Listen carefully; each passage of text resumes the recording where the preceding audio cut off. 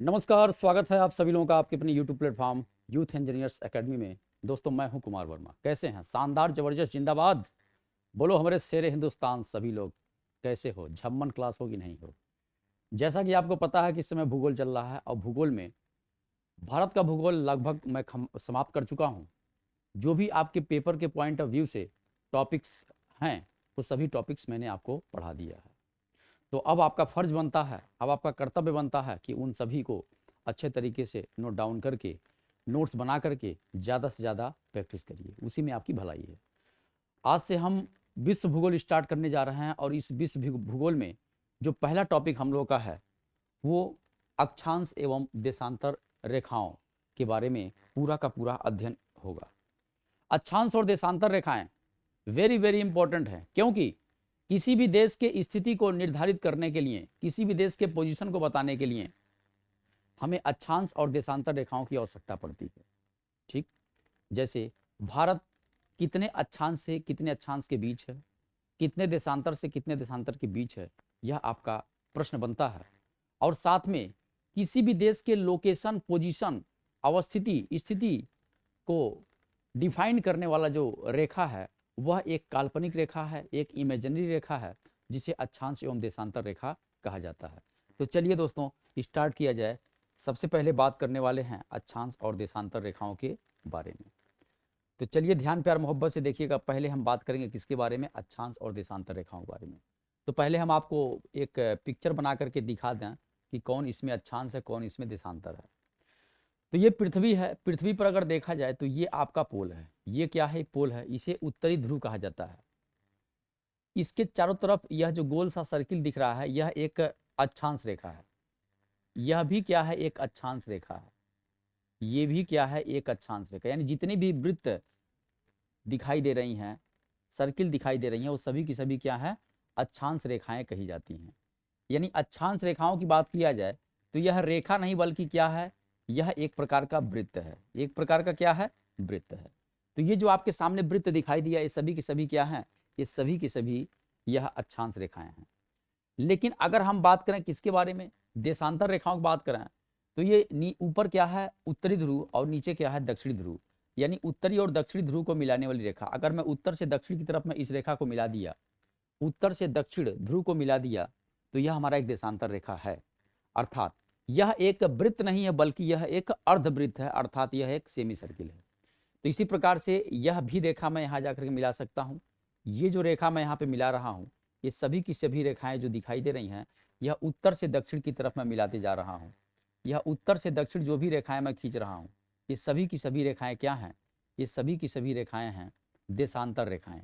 एकदम ध्यान से, प्यार से, मोहब्बत से एकदम समझने का प्रयास करिएगा। तो ये सभी की सभी क्या हैं? ये सभी की सभी जो भी दिखाई दे रही हैं, ये सब की सब क्या है? ये सब की सब देशांतर रेखाएं हैं। यानी आप ये कह सकते हो कि देशांतर रेखा का मतलब ये हुआ कि पृथ्वी पर जो उत्तर से दक्षिण की तरफ मिलाने वाली अर्धवृत्त होती है, वही अर्धवृत्त देशांतर रेखा कहा जाता है। इसका मतलब ये जो आपको रेखा दिखाई दे रहा है, इसे कहा जाता है क्या? इसे देशांतर रेखा कहते हैं। ये कौन सा रेखा है? तो ये देशांतर रेखा है। देशांतर रेखा, ये बात याद रखिएगा। वहीं पे अगर हम बात करें किसके बारे में? अक्षांश रेखा के बारे में, तो देखिए अक्षांश रेखा कौन सा है? अक्षांश रेखा ये आपका क्या है? ये आपका अक्षांश रेखा है। कौन सा है? ये है अक्षांश रेखा। ये अक्षांश रेखा कहा जाता है।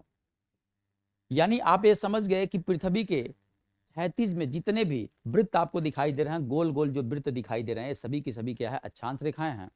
और जो उत्तर से दक्षिण की तरफ मिलाने वाली रेखा है, यह उत्तरी ध्रुव है। यहाँ से उत्तर से दक्षिण की तरफ मिलाने वाली जो रेखाएं हैं, वो सभी की सभी क्या कही जाती हैं? वो सभी की सभी देशांतर रेखाएं कही जाती हैं। तो ये बात आपको पता चल गया कि इस प्रकार से कुछ इमेजिनरी रेखा पृथ्वी के ऊपर खींचा गया है। तो चलिए हम बात करते हैं सबसे पहले अक्षांश रेखाओं के बारे में। पहले हम बात करेंगे किसके बारे में? अक्षांश के बारे में। अक्षांश के बारे में बात करेंगे। अक्षांश को क्या कहते हैं?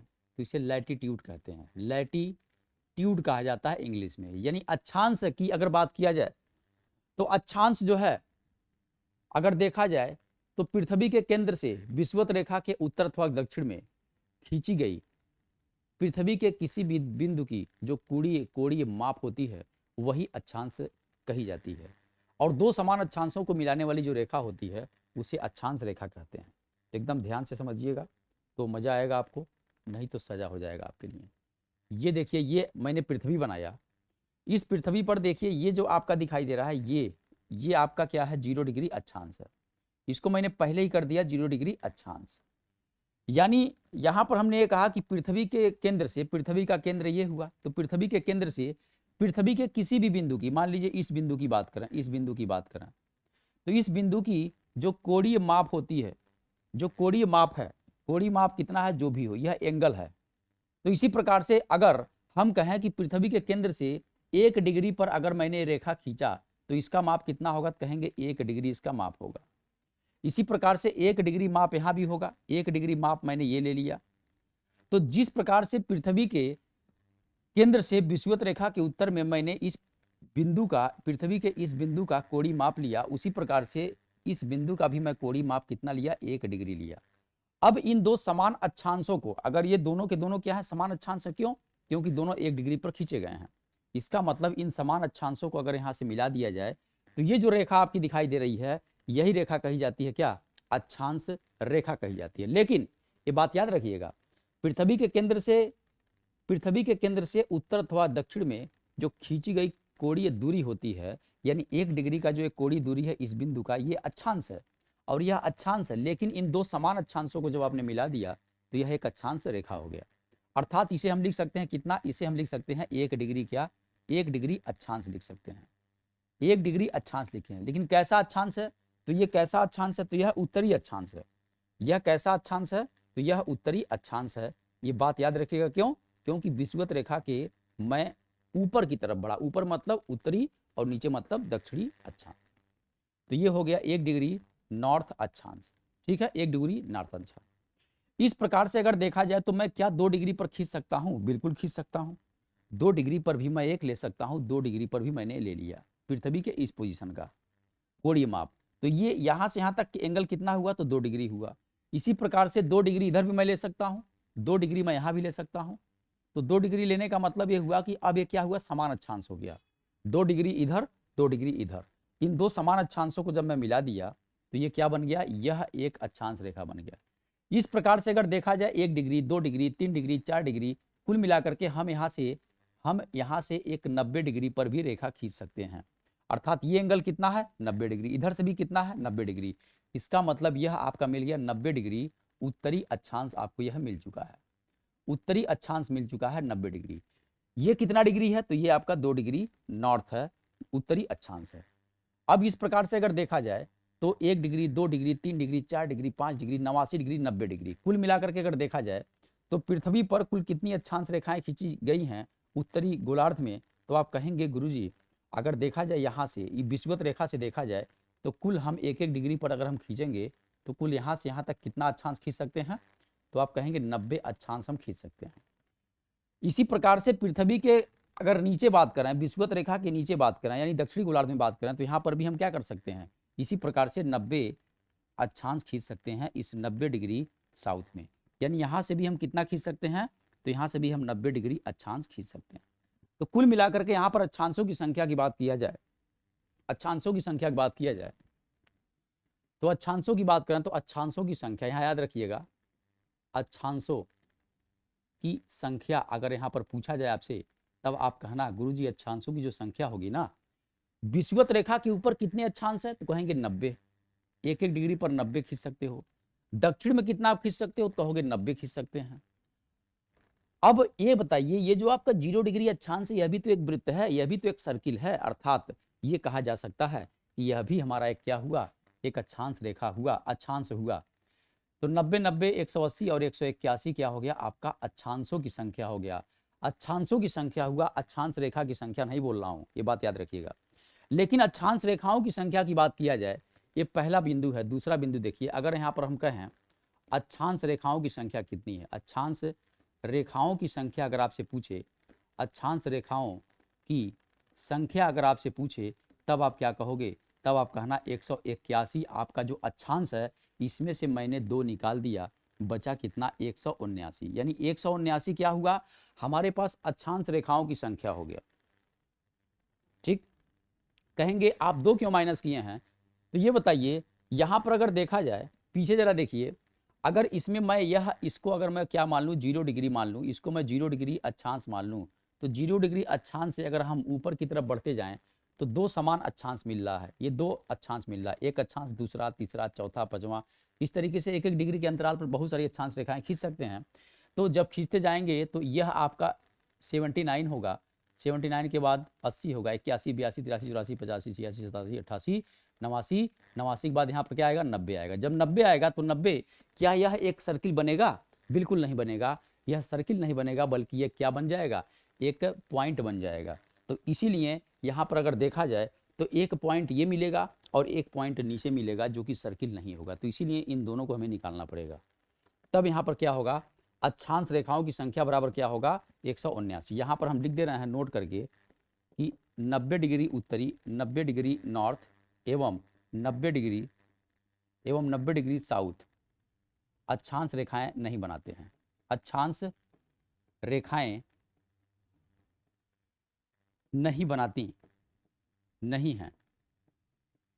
ये एक बिंदु है, यह एक क्या है, बिंदु है, यह एक बिंदु है। तो यह एक अक्षांश रेखा नहीं है। जब अक्षांश रेखा नहीं है तो क्या करेंगे, यह 2 हम माइनस करेंगे। कौन 2? तो आप कहोगे 90 डिग्री उत्तरी और 90 डिग्री दक्षिणी अक्षांश हम क्या करेंगे, हटा देंगे।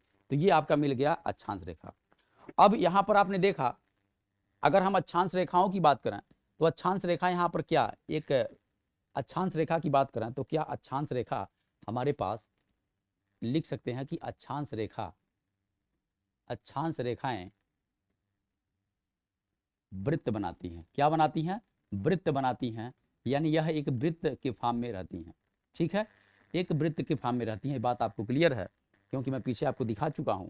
तो यह एक वृत्त बनाती हैं, अच्छे तरीके से याद रखिएगा।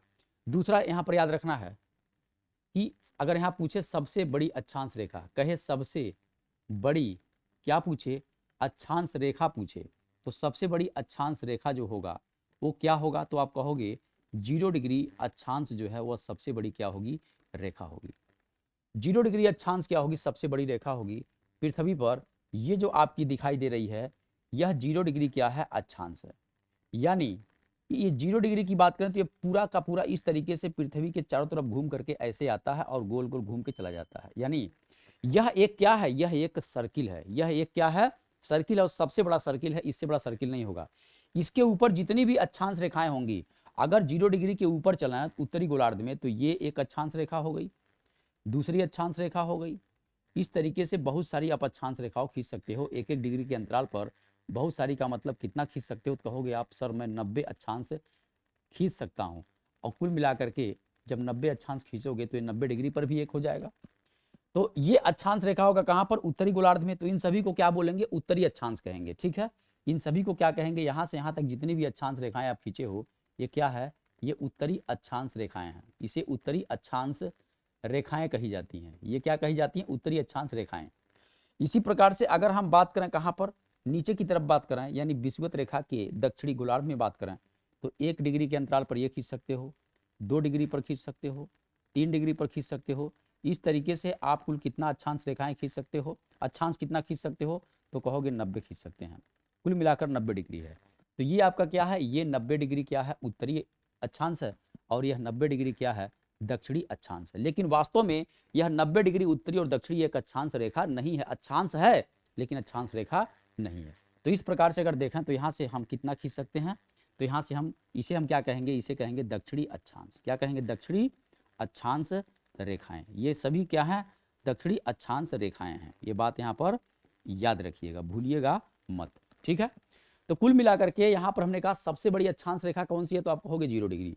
यानी 0 डिग्री अक्षांश रेखा क्या है, सबसे बड़ी है। कैसे सबसे बड़ी है, यहाँ पर पीछे मैं आपको लेकर चलता हूँ, दिखाता हूँ। इसमें अगर इस 0 डिग्री की बात करें तो ये जो अक्षांश रेखा है, यानी ये जो सर्किल है, क्या इस सर्किल के बराबर है, कहेंगे नहीं, ये छोटा है। और आगे बढ़ेंगे तो ये और छोटा है, ये और छोटा है, ये और छोटा है, एक और खींचेंगे तो एक और छोटा है। तो इस तरीके से विषुवत रेखा से ध्रुवों की तरफ आप बढ़ते हैं, तब अक्षांश रेखाओं की जो दूरी होती है, अर्थात जो वृत्त होता है, अक्षांश जो रेखाएं होती हैं, उनकी लंबाई में कमी आती है। इसी प्रकार से इस 0 डिग्री अक्षांश के दक्षिण में जाएं तो इन अक्षांश रेखाओं की भी क्या होगी, यहाँ पर लंबाई में कमी आएगी, यानी यह वृत्त छोटा होता जाएगा। तो ये विषुवत रेखा से थोड़ा छोटा होगा, और जाएंगे तो और छोटा मिलेगा, और छोटा और छोटा और छोटा, और जा करके बिंदु के रूप में ऐसे मिल जाएगा। तो ये बात यहाँ पर आप समझ गए। तो इसलिए मैंने लिखा सबसे बड़ी अक्षांश रेखा कौन सी है, तो आप कहना 0 डिग्री अक्षांश है। तो यहाँ पर आप समझ गए, तो 0 डिग्री अक्षांश के बारे में आप समझ गए। दूसरा बात याद रखिएगा, सभी अक्षांशों के मध्य जो दूरी होती है नियत होती है। सभी अक्षांशों के बीच, सभी अक्षांशों के बीच, सभी अक्षांशों के मध्य दूरी क्या होती है, तो कहिएगा नियत होती है। नियत होती है, ये बात याद रखिएगा। नियत होने का मतलब कितनी होती है, नियत का मतलब कांस्टेंट। नियत का मतलब क्या हुआ, कांस्टेंट होता है, कांस्टेंट होता है। यानी कांस्टेंट का मतलब ये हुआ कि कुल मिलाकर के अगर हम बात करें कि दो अक्षांशों के मध्य, अगर हम बात करें दो अक्षांशों के मध्य दूरी कितनी होती है, तो ये बात याद रखिएगा। अगर दूरी आपसे पूछेगा तो यानी दो अक्षांश क्या हुआ, 0 डिग्री से लेकर के 1 डिग्री के बीच यह हो गया दूरी, यहाँ से ये हो गया दूरी, दो अक्षांश के बीच ये हो गया दूरी, ये हो गया दूरी, ये हो गया दूरी, ये हो गया दूरी। तो ये सभी की सभी दूरियां क्या हैं, समान है। इसी प्रकार से अगर नीचे की बात करें तो एक दूरी ये हुआ, दूसरा हुआ दूरी दो अक्षांश के बीच, दो अक्षांशों के बीच ये दूरी हुआ, दो अक्षांशों के बीच ये दूरी हुआ। ये सभी की सभी दूरियां क्या हैं, समान है, कांस्टेंट है। और ये कितना होता है, कहिएगा 111 किलोमीटर जो होती है दूरी होती है। यानी इन दो अक्षांशों के बीच जो है दूरी कितनी होती है, तो 111 किलोमीटर। इसी प्रकार से इन दो अक्षांशों के बीच 111, इसी प्रकार से इन दो अक्षांशों के बीच 211, इसी प्रकार से इन दो अक्षांशों के बीच कितना होगा, 111 किलोमीटर होता है। ये बात यहाँ पर याद रखना, आपको भूलना नहीं है। तो ये यहाँ पर अक्षांश रेखाओं से संबंधित कुछ बात हो गया। अब हम आपको बताते हैं कुछ महत्वपूर्ण अक्षांश रेखा। यहाँ पर महत्वपूर्ण अक्षांश रेखा के बारे में हम बात करेंगे। महत्वपूर्ण किसके बारे में, अक्षांश रेखा के बारे में, अक्षांश रेखाओं के बारे में। महत्वपूर्ण अक्षांश रेखाएं, तो महत्वपूर्ण अक्षांश रेखाएं कौन कौन सी हैं, जरा देखिएगा। ये पृथ्वी आपका बना, तो इस पृथ्वी पर अगर देखा जाए तो ये जो आपका दिखाई दे रहा सबसे बड़ा वाला अक्षांश, इसको क्या कहते हैं, इसे 0 डिग्री अक्षांश कहते हैं। ये 0 डिग्री अक्षांश है। इसी प्रकार से एक अक्षांश रेखा और मैं ले लिया, ये वाला, इसे मैंने कहा ये 23.5 डिग्री क्या है, नॉर्थ अक्षांश है, उत्तरी अक्षांश है, उत्तरी अक्षांश है। ये बात याद रखिएगा। इतना ही अक्षांश मैं नीचे लिया तो इसको मैंने कहा 23.5 डिग्री क्या कहा, इसे 23.5 डिग्री दक्षिणी अक्षांश कहा, साउथ कहा, ठीक है। इसी प्रकार से एक अक्षांश और मैं लिया ऊपर की तरफ उत्तरी गोलार्ध में, तो इसे मैंने कहा ये 66.5 डिग्री क्या है, उत्तरी अक्षांश है। नॉर्थ लिख दिया, मतलब समझ गए उत्तरी अक्षांश। इसी प्रकार से इतना ही डिग्री हम ले सकते हैं नीचे, 66.5 डिग्री क्या, तो आप कहोगे साउथ ले लिए, यानी दक्षिणी अक्षांश है। अब यहाँ पर ये अक्षांश रेखाओं का नाम होता है। जैसे ये अक्षांश रेखा है तो इसका एक नाम है, इसका नाम क्या है, इसका नाम है, इसे कहा जाता है, क्या कहते हैं, तो इसे कहते हैं कर्क रेखा। क्या नाम है, तो इसका कर्क रेखा नाम है। इसका क्या नाम है, तो इस रेखा का नाम है कर्क रेखा। यानी ये जो 23.5 डिग्री है यह एक कर्क रेखा है, और ये 23.5 डिग्री जो साउथ वाला है इसे मकर रेखा कहते हैं। क्या कहते हैं, मकर रेखा इसे कहा जाता है। अब बात यहाँ आप समझ गए, कर्क रेखा मकर रेखा आप समझ गए। अब देखिए ये है आपका जो 0 डिग्री अक्षांश है, इसे कहा जाता है विषुवत रेखा। इसे क्या कहते हैं, इसे कहते हैं विषुवत रेखा। ये विषुवत रेखा कहते हैं। इसी को भूमध्य रेखा भी कहते हैं, ठीक है, भूमध्य रेखा भी कहते हैं। इसी को इक्वेटर लाइन कहते हैं। इसी प्रकार से 66.5 डिग्री देखा जाए तो इसे आर्कटिक कहते हैं, आर्कटिक वृत्त कहते हैं, आर्कटिक वृत्त कहते हैं। याद रखिए क्या क्या कहते हैं, आर्कटिक, आर्कटिक वृत्त इसे कहा जाता है, या गठिया लीजिएगा अपने दिमाग में। और 66.5 डिग्री जो है इसे क्या कहते हैं, तो इसे अंटार्कटिक, इसे अंटार्कटिक क्या कहते हैं, वृत्त कहते हैं। ये भी बात याद रखिएगा। यानी कहने का मतलब ये हुआ, अगर आपसे कहे कर्क रेखा का मतलब कितना डिग्री अक्षांश, तो आप कहना 23.5 डिग्री जो अक्षांश है उत्तरी वाला, वही कर्क रेखा कहा जाता है। बात समझ गए ना। हवा पानी लग रहा होगा, ध्यान से समझिएगा, तभी हवा लगेगा, नहीं तो भैया आओ सनम जाओ सनम हो जाएगा, हम बता रहे हैं। अब यहाँ पर आपको पता है कि धरती पर कुल 7 महाद्वीप हैं। उन 7 महाद्वीपों में जो 6 महाद्वीप है, उन 6 महाद्वीपों से क्या होती हैं, ये सभी अक्षांश, महत्वपूर्ण जो अक्षांश रेखाएं हैं वो गुजरती हैं। तो क्वेश्चन आता है कि कर्क रेखा किस महाद्वीप से जाएगा, अथवा क्वेश्चन ऐसे करेगा कि अफ्रीका महाद्वीप से कौन कौन अक्षांश रेखाएं जाती हैं, यूरोप से कौन कौन सी अक्षांश रेखाएं गुजरती हैं, ऑस्ट्रेलिया से कौन सी अक्षांश रेखा गुजरती है। तो चलिए हम पहले बताते हैं महाद्वीपों के बारे में। तो देखिएगा महाद्वीपों का क्षेत्रफल के आधार पर मैं बढ़ता क्रम लिख रहा हूं। सबसे पहले नंबर पर याद रखिएगा, पहले नाम आता है एशिया महाद्वीप का। क्या नाम आता है? तो कहिएगा एशिया। तो सबसे बड़ा महाद्वीप कौन सा है धरती पर? कहेंगे एशिया महाद्वीप है। एशिया महाद्वीप के जस्ट बाद नाम आता है अफ्रीका महाद्वीप का। कौन से महाद्वीप का? अफ्रीका महाद्वीप के नाम आता है। तीसरा जो सबसे बड़ा महाद्वीप है उसका नाम है उत्तरी अमेरिका, नॉर्थ अमेरिका कॉन्टिनेंट है। तीसरा सबसे बड़ा महाद्वीप कौन सा? तो उत्तरी अमेरिका। चौथा जो सबसे बड़ा महाद्वीप है उसे कहा जाता है दक्षिणी अमेरिका महाद्वीप। ये कौन सा महाद्वीप है? तो ये है दक्षिणी अमेरिका महाद्वीप है। पांचवा जो आपका महाद्वीप है उसका नाम है क्या? यूरोप महाद्वीप है, यूरोप महाद्वीप है। और छठवां मैंने यहाँ पे लिखा क्या? तो ऑस्ट्रेलिया लिख दिया, ऑस्ट्रेलिया लिख दिया। यहाँ पर मैंने अंटार्कटिका महाद्वीप को छोड़ दिया, इसलिए छोड़ा क्योंकि अंटार्कटिका महाद्वीप से कोई भी अक्षांश रेखाएं, ये महत्वपूर्ण जो अक्षांश रेखाएं देख रही हैं वो गुजरती नहीं है। तो यहाँ पर अब बात याद रखिएगा। अब इन अक्षांश रेखाओं से इन महाद्वीपों से कौन कौन सी अक्षांश रेखाएं गुजरती है, तो एक बता रहा हूँ आपको ढांसू ट्रिक, एक जबरदस्त गर्दा मेंटेन वाला ट्रिक बता रहा हूँ। वो ट्रिक क्या है देखिए, आपको यहाँ पर लिखना आ म। ये क्या बन गया? तो कहेंगे गुरुदेव ये तो आम बन गया, आम, आम बन गया, आम, ये दशहरी आम बन गया। ये क्या है? यहाँ पर भी लिखेंगे आ म, तो ये भी क्या बन गया? आम बन गया, आम बन गया, आम। यहाँ पर भी क्या लिखना? आ, और यहाँ क्या लिखना? म, तो ये भी क्या बन गया? ये भी आपका आम बन गया। अब इसके आगे एक कहानी और करना है, एक कहानी और करना, क्या करना है? इसी के जस्ट आगे लिखना है क्या? क बी, यानी क्या बना दिया मैंने? इसको कवि बना दिया। बस आपको यहाँ पर कवि यहाँ पर याद रखना, कवि। किसके सामने? एशिया के सामने आ और कवि। इसी प्रकार से यहाँ पर भी क्या लिखना है? यहाँ पर भी क बी आपको याद रखना, क बी। तो कवि यहाँ पर भी मैंने लिख दिया ठोकम ठोक। और उसी प्रकार से अब नीचे कैसे कवि लिखना है? तो क और यहाँ पर वी ऐसे लिखना है। तो इस प्रकार से आपका कवि यहाँ बन गया। अब बस खेला समाप्त हुआ, खेला संपन्न हुआ भैया। ध्यान देना, खेला क्या संपन्न हुआ, बस इतना ही आपको ट्रिक याद रखना है। इसी में आपका पूरा कल्याण हो जाएगा, पूरा भला हो जाएगा, सभी चीजें आपको पता चल जाएगी। अब देखिए यहाँ पर मैं कुछ हिंट दे रहा हूं, जैसे यहाँ पर नोट करके लिख लीजिएगा, नोट करके लिख लीजिएगा। यहाँ पर अगर देखा जाए तो आ का मतलब क्या हुआ? आ का मतलब क्या हुआ? आ का मतलब हुआ क्या? आर्कटिक वृत्त। क्या हुआ? ये है आर्कटिक वृत्त, आर्कटिक वृत्त ये हो गया। और इसी प्रकार से म का मतलब क्या हुआ? म का मतलब हुआ मकर रेखा। क्या हुआ? ये हुआ मकर रेखा, याद रखिएगा, ये है मकर रेखा। तो म का मतलब हो गया मकर रेखा।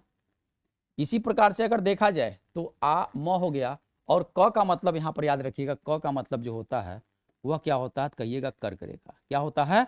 कर्क रेखा होता है। बचा एक, कौन सा? वी। तो वी का मतलब यहाँ पर समझ लीजिएगा, वी का मतलब होता है विषुवत रेखा। ये होता विषुवत रेखा होता है। ये बात आपको पता चल गया। अब इस प्रकार से अगर हम आपसे कहें ये बताइए अफ्रीका महाद्वीप से कौन कौन रेखाएं गुजरती हैं, तो आप कहेंगे मकर रेखा, कर्क रेखा, विषुवत रेखा। यानी अफ्रीका महाद्वीप एक ऐसा महाद्वीप है जिससे कर्क, विषुवत और मकर तीनों रेखाएं क्या होती हैं? गुजरती हैं। इसी प्रकार से एशिया के बारे में बात करें, एशिया जहां के हम लोग निवासी हैं, एशिया महाद्वीप से कौन कौन सी? तो कहेंगे आर्कटिक वृत्त जाता है, कर्क रेखा जाता है और विषुवत रेखा जाता है। बात समझ गए? इसी प्रकार से अगर हम ऑस्ट्रेलिया के बारे में पूछें तो कहेंगे केवल मकर रेखा जाता है। यूरोप से आर्कटिक वृत्त जाता है, दक्षिणी अमेरिका से मकर और विषुवत जाता है, यहाँ पर उत्तरी अमेरिका से आर्कटिक और कर्क जाता है। ठीक, तो इस प्रकार से आपको कुछ महत्वपूर्ण अक्षांश रेखाओं के बारे में चर्चा था, ये मैंने आपको यहाँ पर अच्छे तरीके से बता दिया है। अब यहाँ पर इसको आप गठिया लीजिएगा, इसको आप गठिया लीजिएगा, भूलिएगा मत। बात समझ गए? तो ये आपका क्या हुआ? पूरा का पूरा अक्षांश रेखा हो गया, पूरा का पूरा अक्षांश रेखा हो गया। अक्षांश रेखा में एक बात यहाँ पर और चीज बता देते हैं, नोट करके यहाँ पर याद करिएगा अक्षांश रेखाओं के बारे में।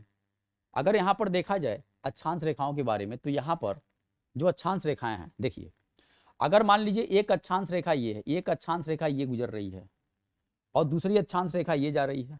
ध्यान दीजिएगा, मैंने कहा एक अक्षांश रेखा ये जा रही है और दूसरी अक्षांश रेखा ये जा रही है। तो इन दो अक्षांश रेखाओं के मध्य का जो दूरी होता है, जो दूरी होता है या जो क्षेत्र होता है या जो एरिया होता है, इस एरिया को क्या नाम दिया गया है? तो इस एरिया को कहा जाता है, इस एरिया को कहते हैं क्या? इसे कहा जाता है कटिबंध। इसे क्या कहते हैं? कटिबंध कहते हैं। कटिबंध का मतलब बेल्ट होता है, ठीक है, कटिबंध कहा जाता है। बात याद रखिएगा। इसी प्रकार से अगर दो देशांतर रेखाएं हम ले लें, यानी एक देशांतर रेखा उत्तर और दक्षिण से मिलाने वाली जो रेखाएं होती हैं वो क्या होती हैं? तो आपको पता है कि उत्तर से दक्षिण की तरफ मिलाने वाली जो रेखा होती है वह क्या होती है? एक देशांतर रेखा होती है। तो अगर हम एक देशांतर रेखा मैंने ये ले लिया, दूसरा देशांतर रेखा मैं ये ले लिया, तो इन दो देशांतर रेखाओं के मध्य का जो क्षेत्र होता है ना, ये वाला जो क्षेत्र है, इस क्षेत्र का भी एक नाम है। इनके बीच का जो दूरी है, इनके बीच का जो क्षेत्र दिख रहा है, इस क्षेत्र का भी एक नाम है। और इसे क्या कहा जाता है? इसे कहा जाता है, ध्यान दीजिएगा, इसका नाम क्या है? तो इसे कहा जाता है क्या? गोरे। क्या कहते हैं? गोरे कहते हैं। यानी दो देशांतर रेखाओं के मध्य का जो क्षेत्र होता है उसे गोरे कहा जाता है, गोरे। लेकिन एक बात आप यहां ध्यान दीजिएगा, यहां पर अगर देखा जाए तो यहां पर आपको कटिबंध और गोरे के बीच का एक क्षेत्र जो दिख रहा है, यह कॉमन दिख रहा है। ये क्षेत्र ऐसा है जो कॉमन है, यहां से यहां तक का जो क्षेत्र आपको दिखाई दे रहा है, कॉमन है, जो दोनों में है। और इस कॉमन वाले क्षेत्र का एक नाम है, इस कॉमन वाले क्षेत्र का एक नाम है, उसका नाम क्या है? तो याद रखिएगा, इसे क्या कहते हैं? इसे ग्रिड कहते हैं। क्या? GRID, इसे ग्रिड कहा जाता है। तो ये बात एकदम अच्छे तरीके से गठिया लीजिएगा, भूलने का प्रयास मत करेंगे। अगर भूलेंगे तो फिर मजा आ जाएगा, भूलेंगे तो फिर मजा आ जाएगा भाई साहब, ठीक है? भूलेंगे तो मजा आएगा। तो आपने यहां पर देखा कि अक्षांश रेखा आपका आओ सनम जाओ सनम हो गया। इस प्रकार से अगर कोई भी सवाल आपसे यहां पर किया जाए तो अक्षांश रेखा से संबंधित आप किसी भी प्रश्न का आंसर आसानी से दे सकते हैं। क्वेश्चन क्या करेगा? सबसे बड़ी अक्षांश रेखा कौन सी है? तो कहेंगे 0 डिग्री। उत्तरी गोलार्ध में कुल कितनी अक्षांश है? तो कहेंगे 90। दक्षिण में कितना है? कहेंगे 90। टोटल अक्षांश की संख्या कितनी है? कहेंगे 181। अच्छा, अगर आपसे कहे अक्षांश रेखाओं की संख्या कितनी है, तो आप कहेंगे 2 माइनस कर देंगे। उत्तरी जो ध्रुव है और दक्षिणी ध्रुव, यह अक्षांश रेखा नहीं है, बल्कि यह एक पॉइंट होता है, एक बिंदु होता है। इसलिए हम क्या करेंगे? मिटा देंगे, इसे हटा देंगे। यानी 181 में से 2 माइनस कर देंगे तो बचेगा 179। यानी 179 धरती पर क्या है? यह वृत्त है, लेकिन वृत्त की जो लंबाई है वो पृथ्वी के प्रत्येक बिंदु पर बराबर नहीं है, ठीक है? विषुवत रेखा से ऊपर जाएंगे तो वृत्त की जो लंबाई होगी कम होती चली जाएगी। अब विषुवत रेखा से दक्षिण में जाएंगे तो भी वृत्त की लंबाई कम होती चली जाएगी। तो आई होप कि आपको ये अच्छे तरीके से समझ में आएगा और इसको बढ़िया से नोट डाउन करिएगा। अब नेक्स्ट लेक्चर में हम क्या करेंगे? देशांतर रेखा के बारे में चट मंगनी पट ब्याह पट गौना कर देंगे, तो पूरा का पूरा काम आपका हो जाएगा। इसी के साथ दोस्तों, thank you so much, take care, bye bye, good night. फिर मुलाकात होगी आपसे नए वीडियो में, नए ऊर्जा के साथ, नए जोश के साथ। जय हिंद, जय भारत, जय जवान, जय किसान।